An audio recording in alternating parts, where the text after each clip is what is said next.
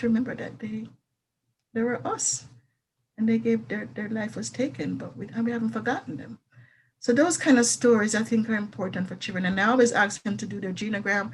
Tell me about your father. Tell me about your mother. Tell me about your granny. Tell me about your auntie. Who you get your smile from? So they feel connected. So the disconnection is also an important piece too. Disconnecting. They're connected to their computers and the video games, but those people can't. Those people don't care for them. Can't help them to cope. It's a video game. It's not real, but it's become big in our children's lives. I have one other question. I'm sorry. Go ahead, guys. You're good. Whoever, go ahead. When you talked about the emasculation, first thing it makes me think about is just depriving a man of his strength. Do you see how that contributes to mental illness? How would you? I'm sorry, I didn't hear the. You mentioned emasculation. Yes. And so it made me think about pretty much depriving a man of his strength. And you went all the way back to slavery, and you talked about the police driving down the street and people being afraid to pass them. How would you say that contributes to the mental illness that you see? Yeah. It's shaming, isn't it? It's shaming. It's a diminishing of your worth. You're a person. I have, you say I have agency. I can pass a police officer. Oh, I don't dare, because I might be pulled over, and who knows. It's like always holding back to be free, and when I go to other countries where everybody's Black, for example, Black police, people you like are Black, people you don't like are Black. There's a different kind of freedom because you can just be, the police pull you over, you can have a conversation the way white people can talk to the police. I don't think I know it's a different conversation we have with them. White people feel comfortable to speak to the police because they're them, it's their brother, it's their uncle, it's their cousin. No consequences. Yeah, right. It's a lot of privilege and also a lot of white fragility. Fragility. I love that word. So listen, my question to you is, right, if I Charles, I hate if I stepped over yours right quick, or JL, I apologize for that. But listen, in terms of the ideologies of our civil rights, heroes and heroines, if I could just narrow down to three, and maybe if you could select which one may have had the answers that we need. Okay. Right. All right. Martin Luther King, Malcolm X, Marcus Garvey. Right. Which one of the three had the answers for us? Well, I feel Marcus Garvey, of course, but I think Martin Luther King, there was a place for him. There was each hero had a place and a time, But I also think Malcolm X is one of my favorite because he was so brave, spoke. So they each have their place. I do believe in us taking care of our own and having our own stuff. And we're not saying other people can't do their thing. But why can't we have our own? There's no wrong with that. It's okay. It's good. It's that because we are supporting each other, and we're building our own businesses, and we're building up the same, these communities that were flourishing, thriving, and then they were attacked, and then people learn not to try it again. So there is always this other element that seeks to confuse the situation, even when some of these the demonstrations have become violent and chaotic. I think they were like people who were planted to cause chaos. There was somebody who was in one of them I know of who said, I don't know where these guys came from. They just started to mash up things and break glass. They weren't part of the original group. So these people were sent in to diffuse, to cause confusion. So I think it's a game that's played over and over and over and over and over. So we kind of got to figure it out now. I feel the family is where it starts. If we have strong children, brave children, we build from there. I don't think we can rock the world and have it all done at once because we're too fragmented in so many ways. But for me, in the schools, strong, brave children who would take risks, who would do math. For example, girls won't try math, but a girl with a dad will try math. Because you say you can do math, you can do it. It's just as simple as that. Doing a math class that would make a child go into the right courses for college, or not take a particular math class and being in an environment, in a situation that will lead to a low level job. It's as simple as that. It's even that, just taking the right courses, having a parent who's paying attention, yeah, and I think Marcus Garvey spoke to that. So, but they all three are men I admire.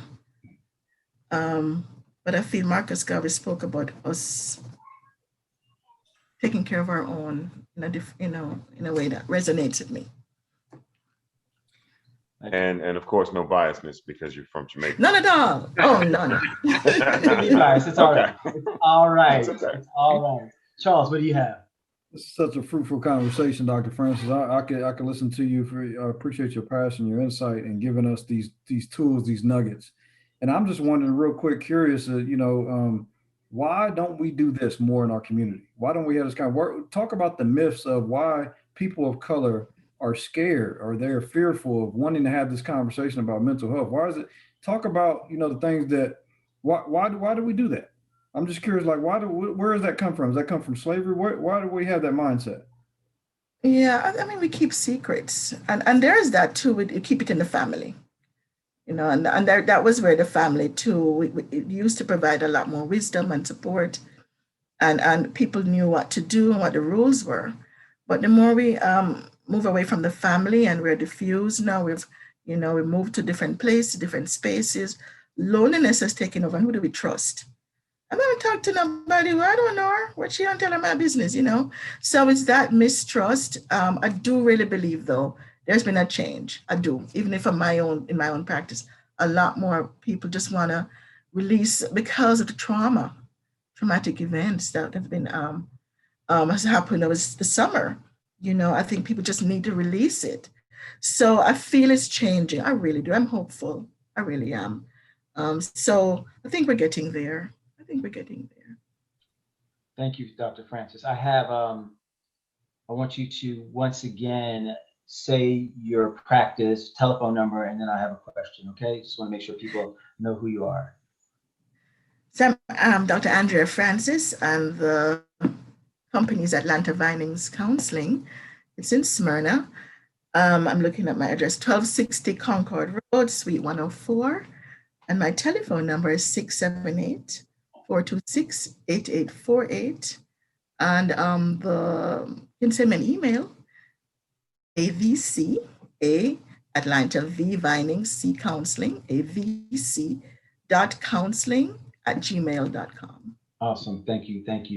I want to touch on this before we start rounding up. You mentioned suicide. Let's talk specifically about suicide in the Black community, because I know we don't chat about it, and how it affects us. And we can break it down from a male-female perspective. But let's hear what you want. Yeah. So historically, we have always been a people of hope. We must have been. I mean, who gets kidnapped, put in the bottom of a ship, wind up in chains on a plantation, being whipped, beaten, tortured, water, and still live, still we rise, right? Maya Angelou. Because we had hope. We had hope. We believed in something. We believed in love and hope, and we believed in a higher power. So we've lost that. I think a lot of us have lost our way.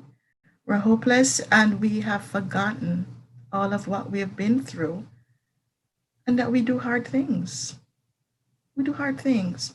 And people are lonely too. They need to be reminded, if they're not with family and loved ones, to say, push through. People sit and they're in this dark space and they lose hope. They can't see any point of their worth. And so there is that. Suicide has become a way out,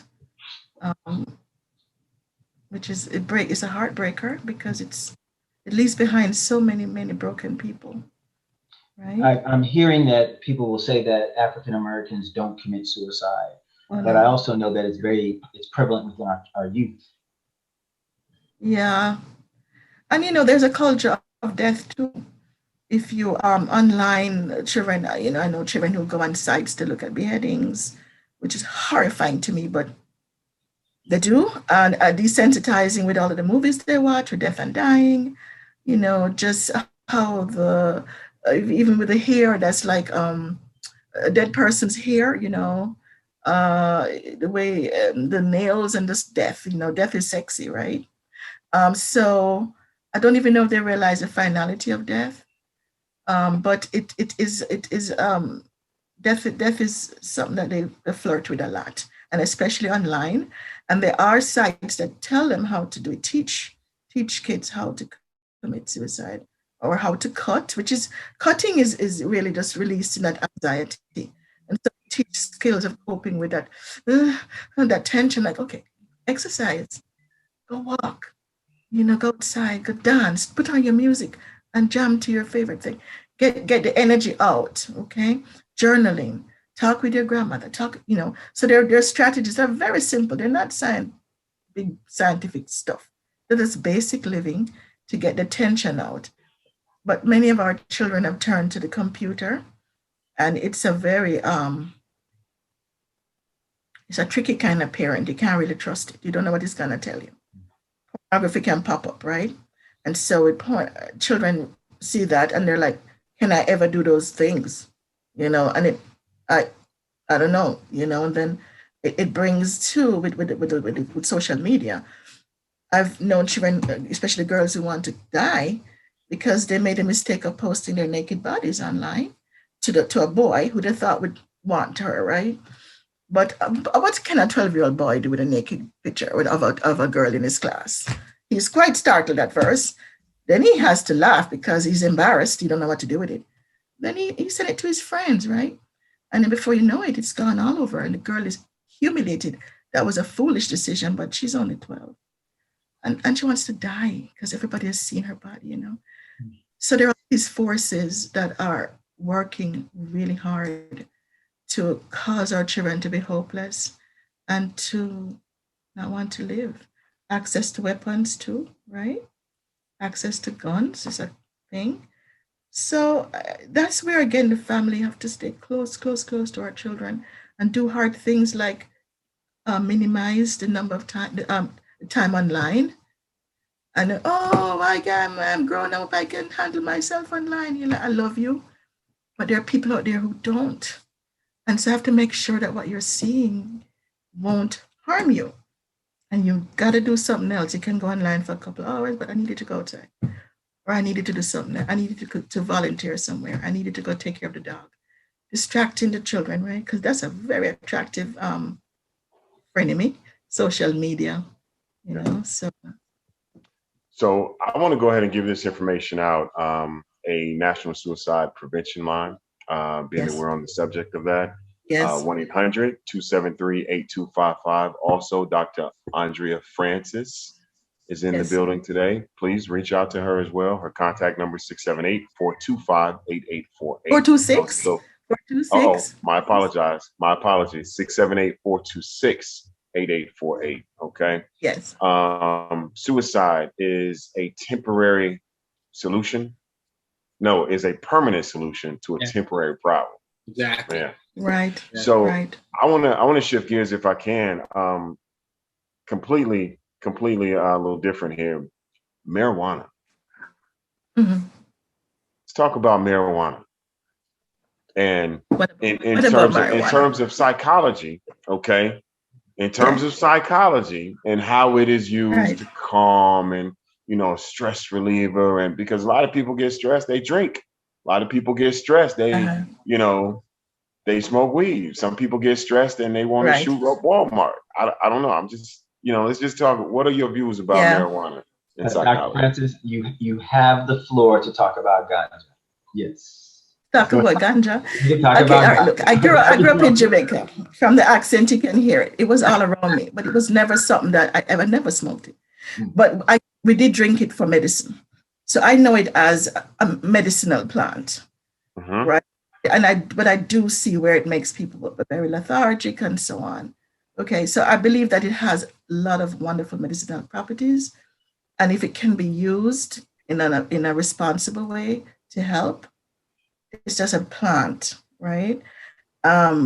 It's been criminalized, and now maybe not, but we do have a lot of men in prison for smoking weed, and I don't get it. A lot of suffering over what, you know? So suffice it to say, again, this is a personal decision. Families have to decide. There are those gummies without the THC, I think.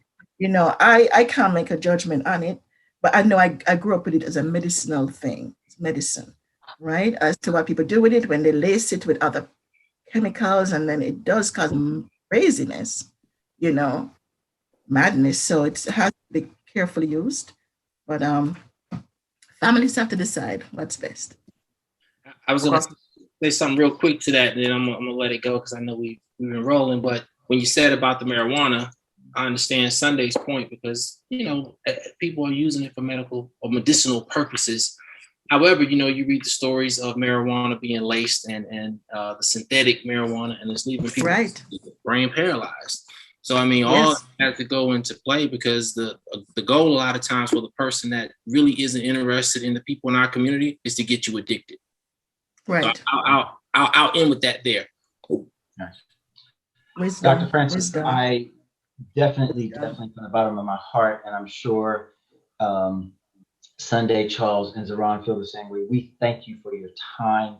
We thank you for answering our questions. We thank you for your sincerity and your honesty.